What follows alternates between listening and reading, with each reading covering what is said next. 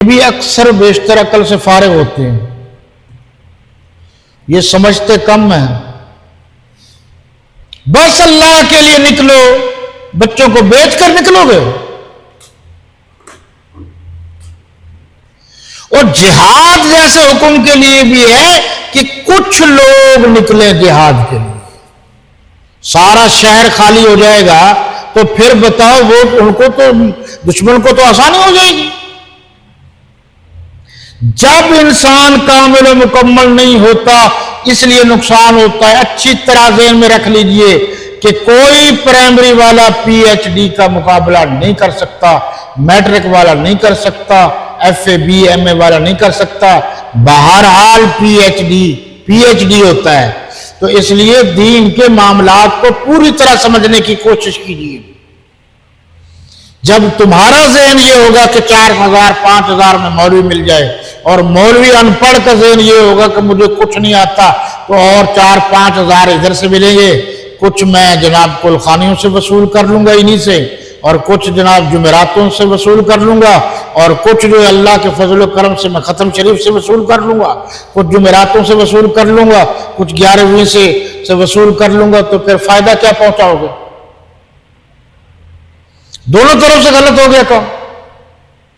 جو کل وقت دیتا ہے اس کو تنخواہ دینا بھی جائز ہے۔ ہمارے پاکستان میں اب کم سے کم 37,000 تنخواہ ہے قانون کے مطابق، لیکن ان کے قانون پر عمل درآمد شاید ان کے سوا کہیں اور نہیں ہو رہا، لیکن مولوی صاحب کی تنخواہ جو ہے وہ 37,000 دیتے ہوئے اس کے تو جناب اعلیٰ ہیں یہ تو عیش کر رہے ہیں۔ اگر وہ مولوی ہے تو کوئی عیش نہیں کر رہا، 37,000 کی تو 2 کتابیں نہیں آتی، 50 جلدوں میں کتابیں ہیں، 37,000 کا تو اس کا ناشتہ پورا نہیں ہوتا اگر وہ مولوی ہے تو۔ اتنی اسے خوراک چاہیے، اتنا دماغ چاہیے، اتنی محنت چاہیے،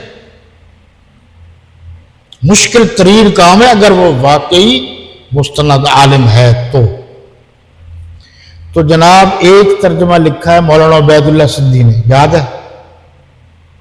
وہ مجھے بڑا پسند ہے۔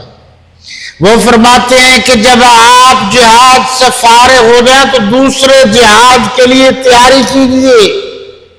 فَإِذَا فَرَغْتَ فَانْصَبْ، جب آپ دین کے ایک کام سے فارغ ہو جائیں، فَانْصَبْ، تو دوسری کام دین کے کام کے لیے تیاری شروع کر دیجیے۔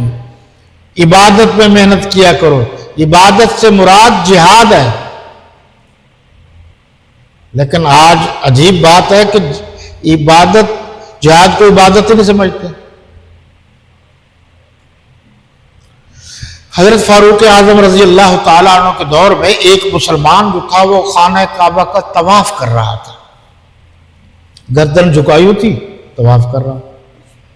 اب حضرت فاروق اعظم رضی اللہ عنہ نے کھینچ کے تھپڑ مارا اس کی گردن اور کہا گردن اٹھا کر چل، کہیں کافر یہ نہ سمجھے کہ مسلمانوں کی گردنیں ٹوٹ چکی ہیں۔ تو گویا گردن کو اٹھانا بھی جہاد کے حصے میں شامل ہے تاکہ دشمن پر بہتر اثر پڑے۔ اگر آپ نے شاعر مشرق کو پڑھا ہے کبھی، انشاءاللہ اللہ نے توفیق دی اور ذہن میں بات رہی، تو قرآن مجید کی کچھ آیات کی بہت اعلیٰ تفسیر کی ہے علامہ اقبال نے۔ شاعر مشرق علامہ اقبال رحمۃ اللہ تعالی علیہ کریں گے۔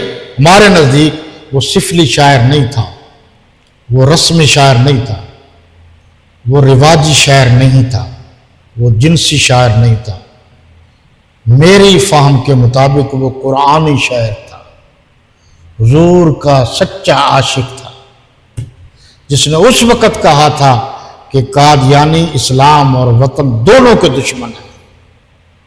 یہ علامہ اقبال نے کہا تھا۔ شاعر مشرق نے عجیب بات کہی، وہ عجیب بات کرتے تو سمجھانے کا انداز ہوتا ہے نا۔ تو ان سے پوچھا گیا تھا موسیقی جائز ہے؟ تو انہوں نے کہا تھا ہاں جائز ہے، شرط یہ ہے کہ جب آپ کا کافروں سے جہاد ہو رہا ہو، نماز کا وقت ہو جائے تو اس وقت جو مؤذن اذان دیتا ہے وہ موسیقی جائز ہے۔ کیا خوبصورت بات ہے، انہوں نے موسیقی کی تعریف بھی کر دی ہے، لیکن ہمارے والوں نے علامہ اقبال کو بھی نہیں سمجھا، اسی کو بھی سمجھ جائے تو مسئلہ ہی حل ہو۔ تہذیب کے گندے انڈوں نے انہیں کیا سمجھنا، طاؤس و رباب سے جنم لینے والوں نے اس کی موسیقی کی روح کی حقیقت کو کیا سمجھنا ہے۔ سمجھنے کے لیے بھی تو علم چاہیے، فہم چاہیے، پھر شاعر مشرق کی اردو سمجھنے کے لیے بھی ڈکشنری چاہیے۔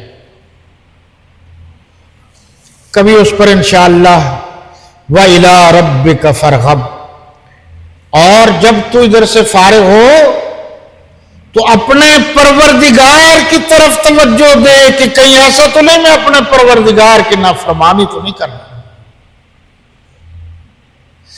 آج ہم نے سورہ الانشراح، سورہ الم نشرح کا مطالعہ کیا، باقی انشاءاللہ آئندہ